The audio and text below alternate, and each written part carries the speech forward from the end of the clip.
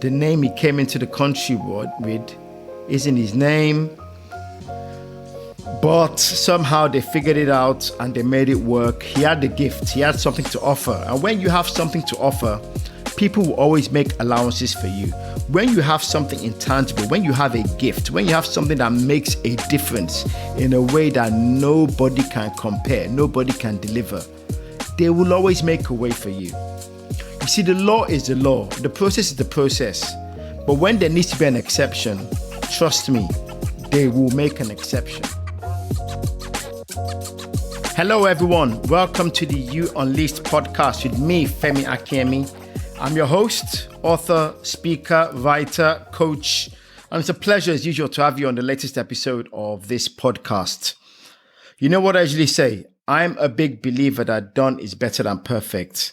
And when you think about it, what that really means is the secret to life and success has always been about starting. The hardest part of any task is actually starting. It doesn't really matter what it is. I was watching a comedy program a few days ago, Dave Chappelle, well-known comedian, and somebody asked him a question. And the question was, how do I get into comedy? And he said, there's only one thing I can tell you. Just start. And when you start, don't stop. You have to keep going. There's a reason why you keep going. Number one is, of course, you build the habits, you build the discipline, you build momentum. Momentum is one of the biggest keys to success because as you do things, you get used to it, you learn, it becomes second nature, you improve. And then secondly, people start to realize that you are serious about this. It's not a flash in the pan. It's not a fly by night. You really are serious and people become invested in you. People really start to care about you doing it and your success and they look forward to it. And number three, the more you do it, the more you separate yourself from the competition. You outlast the competition. And this applies for anything you want to do. It doesn't matter if you're an engineer, if you're a doctor, if you're an accountant, if you're a musician, if you're a singer. You just have to start and keep the reps in. By reps, I mean repetition. You keep going, you keep repeating, and it comes to a point where, boom, you wake up one day and you know you've forgotten more than a lot of people know about whatever it is you do. And that's why I'm a believer of done is better than perfect. And I just thought I'd elaborate on that just to remind everyone. Okay. Back to the podcast for today. And today I want to share a very interesting story. And it happened about a month ago. And it's a story of a man called Hussein Abdi Kahin. Some of you may know where I'm going with this. Some of you may not know where I'm going with this. But at the end of the story, there's a few things I'd like to pull out. I'd like to tease out for you. That means that we can all learn something from it. It's an emotional story. It's a gripping story, but it's a story with a happy ending. Now, Hussein Abdi Kahin, and for the purpose of the podcast moving forward, I'll call him Hussein. He was about 9 years old. He was in Somalia and there was war. He grew up on a farm. There was war and his father was killed during the war. So his mom was left to raise him and his brother, twins. And you know what it's like in war. There's famine, there's drought. And how on earth can a woman in those particular times, the way it's set up, the way the economy is set up, and anybody for that matter, raise two kids and keep them safe? So naturally, she split them up. One son went somewhere, one son went to another family member. And the plan was that the family member would look after the son or the sons. Now, unbeknownst to her, one of the sons, whose name is Hussein, when he moved to the big city where somebody was meant to look after him, what happened next was the person who was meant to look after him sold him as someone who can be used as child labor. I think for those of you from where I'm from, like Nigeria, would recognize the term houseboy. So, and then he was promised a good life and he was put on a plane to the United Kingdom. When he got to United Kingdom at the airport, the woman who was bringing him into the country said, "This is your name." And she gave him a new name. And he didn't understand, but she said, "No, this is your new name." So he took that name. Young man, 9 years old. I doubt there'd be much problem getting through immigration. They sailed through immigration and they got to London. And then when they got there, all of a sudden, he realized he wasn't treated equally with the rest of the kids who he came with. Because the other two kids who came with him were the woman's actual children. He wasn't her child, but he was brought in under a different name and he was made to do all the chores in the house, to wash plates, to cook, to wash clothes. Labor, in effect, child labor. And not with any bit of love. It was child labor. Anyway, we move forward a bit and then he realizes, okay, he's smart enough to know he wants to go to school. So he goes to school.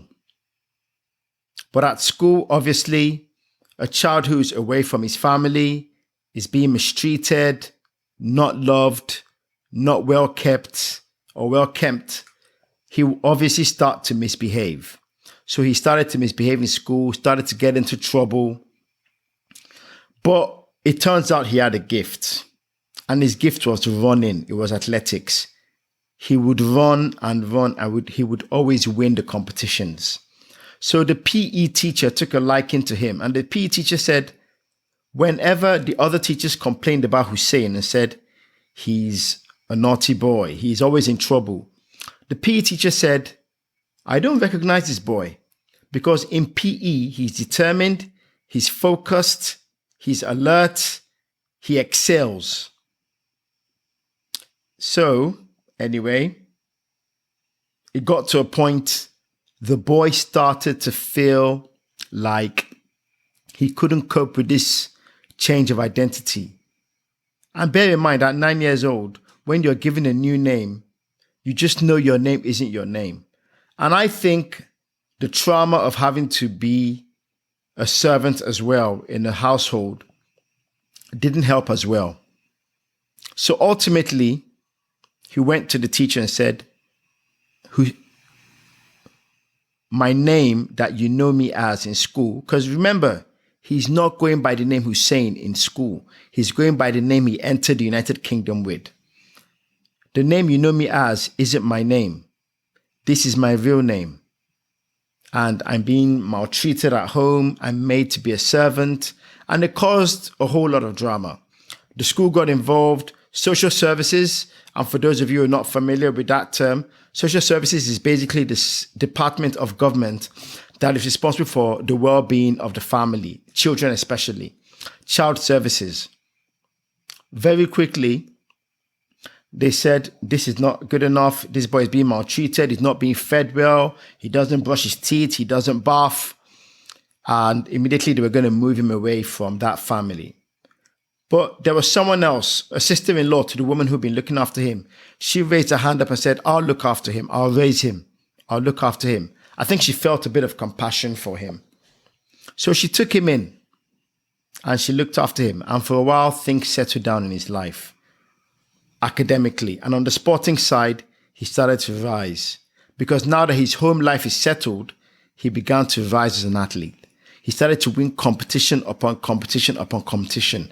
And was becoming a national star until it was time for him to go represent United Kingdom in Oslo, in Norway. I think, if my memory serves me correctly. At this time, it turns out, okay, you don't have a passport. You're not a British citizen. We need to get you some papers. And then it turns out the name he came into the country with isn't his name. But somehow they figured it out and they made it work. He had the gift. He had something to offer. And when you have something to offer, people will always make allowances for you. When you have something intangible, when you have a gift, when you have something that makes a difference in a way that nobody can compare, nobody can deliver, they will always make a way for you. You see, the law is the law. The process is the process. But when there needs to be an exception, trust me, they will make an exception. And it's probably good time for me to pivot, to say for all of you, it doesn't matter where you are and what you do. Try not to think of impossibility a lot. Try not to think this is impossible, this can't happen. The reality of the matter is, if you are exceptionally good in such a way that you are distinctly better than everyone else, that means you have a gift or an offering that nobody can match. And that means somebody wants what you have. And that somebody will go to any length, virtually any length, as long as it's not illegal, and even that is questionable, to have you on side and take advantage of what you have. And because this boy could run and they could see Olympic potential, the opportunity to put United Kingdom on the map as one of the top long distance running countries, a passport emerged for him. And so he started running, he became successful, and in the Olympics that was held in London, he became the world champion of long distance. I think it's a 10K run, the 10,000 meters run, and probably the marathon as well. But he won, and everybody celebrated. You're all probably thinking, I've never heard of this Hussein. It's because you haven't. The story I just told you is the story of a man called Farah. Farah came out about a month ago to confess and said, you all know me as Farah, but my real name is Hussein Abdi Kahin. We were all shocked. Most of us were shocked anyway, although some people who are familiar with the challenges it takes for immigrants to make it into this country were not so shocked because we could immediately see how possible it was. But nevertheless, that somebody of that magnitude that achieved so much had this story behind him. This amazing story of child labor, of coming under a different name, of overcoming challenges and coming with this name to become who he is, astounded the whole country. When I listened to that story, on many levels, it touched me. On many levels, I was moved by it. And then the more I reflected on it, I just realized there are lessons all over the place in this story. Many of you are not in the same situation. Some people may be, some of us may not. But a lot of people, most people are in whichever country you are in, you are there legitimately. You don't have to use a fake identity. Some people are, some people aren't. But that's not the point of the story. The lesson in the story is on many levels. The first one is probably this. When he was he was trying to piece his history together. And he spoke to the woman who looked after him after he left the family that brought him into the United Kingdom. And after she said everything, she said to him, Farah is your blessing. Farah is a gift. And the reason why she said that was that if he did not come into the United Kingdom as Farah, he would probably still be in Somaliland. And there's a strong chance, he would not be who he is today. He would not have the success he has today. So the first lesson in all of this is, regardless of your situation where you are, of how you got to where you are, the very place you are today is a stepping stone to where you want to be. It's a stepping stone to the thing you can become. It's a stepping stone to your greatness. Do not mock where you are today or what you've gone through, because it is that very thing that shapes you, that contributes to you. I always tell people I coach, and when I write my blogs, and when I talk to people, one of the things I always say is this, and it goes for you as well. Your life is a book of chapters. And every chapter depends on the chapter before. If you weren't born, you wouldn't exist. And if you weren't born, you wouldn't be able to walk. And if you can't walk, you can't run. And if you can't run, you can't move about. So everything that happens kind of builds on the other. Your sorrows, your joys, your happiness, your success, your failures, they all build into this interwoven tapestry that make you become who you are. So never mock the days of humble beginnings of what you've come through, because like Farah, the fact that he came in this way ended up being the key to him becoming who he was meant to be. A multimillionaire, successful, world-known athlete. That's the thing. The second thing is your gift is what will make way for you. I spoke about this earlier. Because he was so talented, they bent the rules. They did what they can to make him a British national. Because ordinarily, this should be really, really difficult to do. A person with no true proof of how they got into the country was given a passport, was allowed to represent the country, in effect, become an ambassador for the United Kingdom. When you see runners, you see on their chest the big banner that says GBR with their running number, in effect, becoming an ambassador for the country. He ran for the country, and because of his gift, because of his talent, it made the way for him. For a lot of us, sometimes we cannot figure out a way of our predicament. The way out of a predicament is truly and is usually inside you. The very gift, the very talent, the very thing you have, that when you do it, nobody can quite do it like you.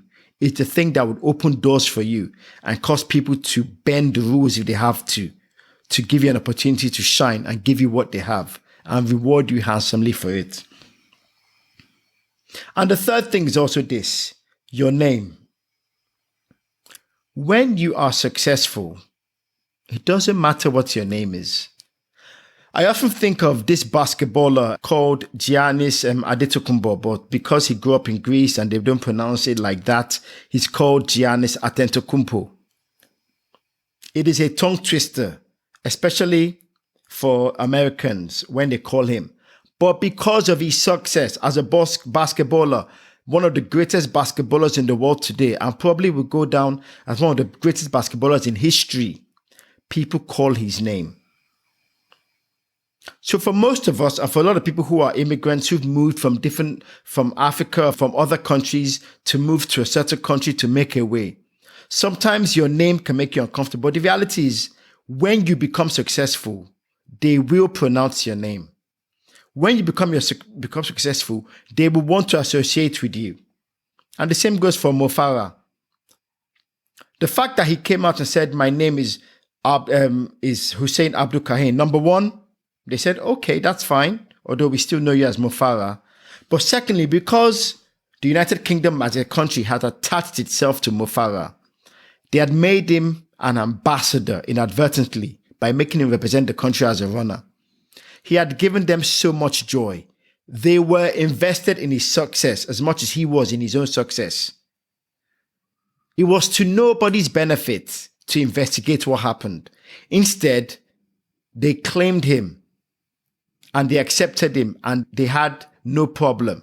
The British government released a statement saying there is no further investigation into this. Now imagine if it was some no-name person who had come into this country under a different name. Chances are he'd have been deported to a different country, Rwanda or back to Somalia by now. But when you are successful, everybody wants a part of you. But the reality is that this also goes for all of us in our everyday life. When you become successful, when you stand for something that adds value to everyone, everybody wants a piece of you. No success has many fathers. When you're a success, you end up having many fathers, many mothers. And that's the other thing. When you're successful, people want a piece of you. And that's the amazing thing and the beautiful thing of this story. There are so many parts of this story that are interesting and I found fascinating. These are the lessons I picked out. If there are any other lessons you picked out, feel free to post them to me and I'll mention them in my next In the Net podcast or put it in the chat box if you are watching the video. Hussein Abdi Kahin, we don't know, but Farah, we all know, world champion, and we salute him. I hope you enjoyed that. Make a big segue.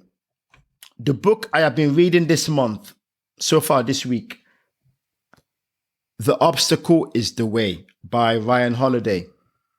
It's a fascinating topic, the title, and it links in quite nicely with Farah, but I don't want to talk about on that anymore. I think what they're saying is that the very thing that is standing in your way to success is the way that will get you there.